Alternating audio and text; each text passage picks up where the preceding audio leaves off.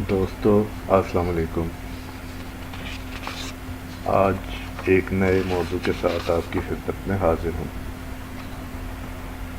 حالانکہ پاکستان نیوی کے ATR-72 اور انڈین نیوی کے P-8I کا تقابلی جائزہ یعنی کمپیریزن کچھ غیر منطقی ہے، کیونکہ دونوں جہاز اپنی جسامت، وزن اٹھانے کی صلاحیت اور انجن ٹائپ میں بالکل مختلف جہاز ہیں، مگر دونوں کیونکہ سمندری پیٹرولنگ کا کام کرتے ہیں، اس لیے کچھ موازنہ کیا جا سکتا ہے۔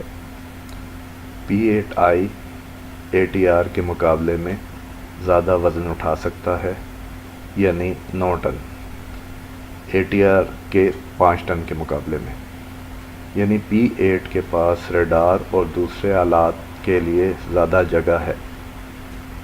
اس کے علاوہ P-8 کے ہتھیار لگانے کے لیے 11 ہارڈ پوائنٹس ہیں، ATR کے 4 کے مقابلے میں۔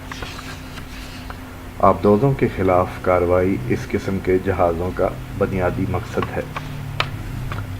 آبدوز کو ڈھونڈنے کے لیے جو آلہ استعمال ہوتا ہے اسے میگنیٹک انوملی ڈیٹیکٹر کہا جاتا ہے۔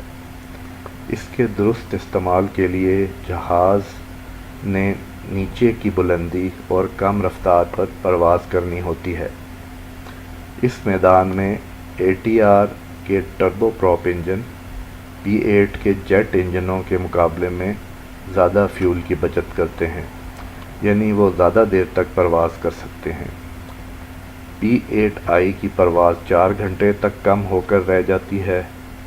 انڈین نیوی اس مقصد کے لیے ٹینکر جہازوں کی تلاش میں ہے۔ امریکی نیوی اس مقصد کے لیے ڈرونز اور بغیر پائلٹ کے سمندری جہاز استعمال کرتی ہے۔ اس بات کا اختتام میں اس طرح کروں گا کہ اگر ہم پاکستان اور انڈیا کے نقشے پر نظر ڈالیں تو دونوں بحریہ نے اچھے فیصلے کیے ہیں۔